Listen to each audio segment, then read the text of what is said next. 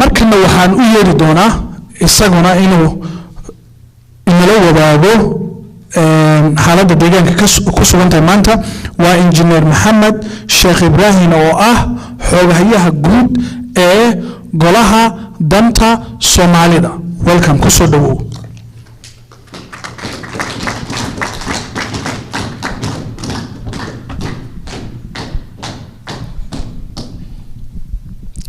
السلام عليكم ورحمة الله وبركاته. هجامنتا والكوالف هجامنتا قلها ضمن الصومالية هجامنتا ورنا كلا سياسة ورنا برشلة كلهم كان قيمة بدنا كسر قيم قلي حبنا هرمود كأيشاليد ده صومالية ديانك صومالية قبل كان من صوته وحجرتك أقوياك لمان هوينك وعن كل سلام يا سلام سلامك مرة السلام عليكم ورحمة الله وبركاته. أنت أتكذب شركة من أو كم ذا شركة الناس السعودي ونقول وبترى قال لي سيدي أنا وقاش قايل لهين من ماذا يسمى تبحنتها dadka Soomaaliyeed ee deegaanka Soomaalida shirkadaas soo socday ayuu shirkeedani qayb ka yahay shirarkii socon doona way noqonayaan insha Allah aad baan ugu faraxsanahay dadka waqtiga faraha badan soo galiyay muddada dheer u fadhiyay si ay dadkooda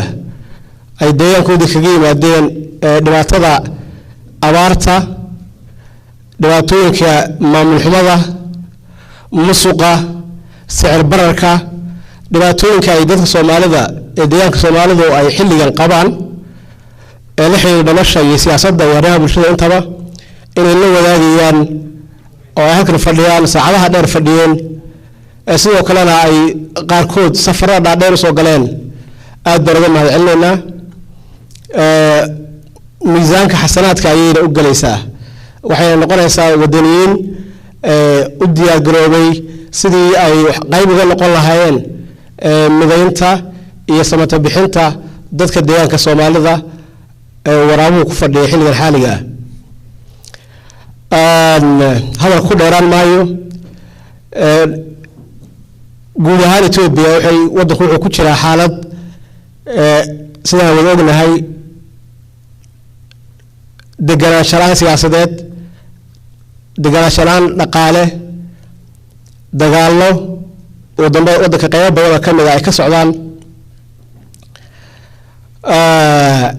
xiriirka dowladda oo aad u xumaaday gaar ahaan deegaankeenu waxyaabaha isna ku jira waxa ka mid ah nolosha dadka ee abaartaas macluumaad isu bedeshay markii la waayay dadkii xilka ummadda u hayay inay ka shaqeeyaan inta waxa dheer dadka maanta deegaankeena matalayay in ay yihiin cod dad kale ay tirsanayaan oo ay yihiin kuwo codkooda lagu xisaabtamayo hadba cidda awoodda iyo gacanta sare ee wadanka haysa ay ku xisaabtamayso oo ay noqonayso in lagu burburinayo ama lagu dagaalamayo qowmiyada kale taas bedelkeeda ayna ka hadli karin ama ayna ka qaban karin degmadii iyo tuuladii ka soo jeedeen ayna ka hadli karin dulmiga iyo dhibaatooyinka iyo baahida ka jirta galbeedka city dhibaatada hooyada golshano iyo fiiq gudgud iyo awaara joogta ayna ka hadli karin taas bedelkeedana ay codkoodu yahay cod lagu xisaabtamayo dadkeenuna dadkeena qaabkooda ka mid ah ay u arkayaan qof magac Soomaali ah haysto meelteeya waxaad ogtihiin deegaankeena in isbedelka lagu hogoobay dadku muddo dheer u dulqaateen kadib inay geeska gees deegaankii dadkii ay diidan yihiin oo ay diyaar u yihiin inay awoodooda iyagoo madeynaya inay mar taariikhda ka mid ah xaqiijiyaan iyagoo mid ah inay wax la dagaalamaan inay si nabadgelyo ah ay howlahooda u qabsan karaan waxay dadku diideen in halgankii ummadda Soomaaliyeed laga soo qaado wax aan waxba ka jirin oo taariikh la maluuqay ah oo dadkii iyaga codkooda ku hadlay matalayay ay fagaarayaal ka jeedinayaan oo kulligood aynu markhaati ka nahay oo dhageysanayno dadkeena waxaa u muuqda in halgankii ONLF ee muddada dheer soo jiray ee ku soo abtirsanayay halgankii ummadda Soomaaliyeed muddada qarniga ka badan ku soo jireen in maanta la qorsheynayo in la soo afjaro oo laga dhigo taariikh tagtay laga dhigo loogu talagalay in maaragtay dadka isbeddelkii Itoobiya ka dhashay cagsigeedii loogu talagalay la yiraahdo maadaama ay si wadani ah ay u soo dagaalameen sidoo kalena si wax wadani la xiriira ay ka shaqeynayaan in lagu bedelo axzaab sida ka duwan waxaan ku soo koobayaa hadalkayga waxaan aad ugu faraxsanahay mar labaad iyo mar saddexaadba in dadka deegaanka Soomaalidu xilligan ay diyaar yihiin inay dowladda federaalka kula xisaabtamaan in iyagu cid ay rabaan ay wakiilan karaan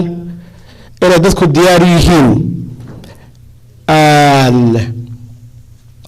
inay dowladda federaalka kala dooransiiyaan kuwa aan iyaga matalayna magacooda ku ciyaaraya ee xuduudahooda baabi'inaya kala qaybinta musuqa waxyaabaha aadka u liitay faraha badan ee kulliyan wada ognahay kuwa ku sifoobay inay go'aan ka qaataan dowladda federaalka iyo nidaamka waddanka ka jiran ay kala dooransiin doonaan inay kuwa doortaan iyo inay dadka Soomaaliyeed doortaan aad baad mahadsantihiin assalaamu calaykum waraxmatullahi wabarakaatuh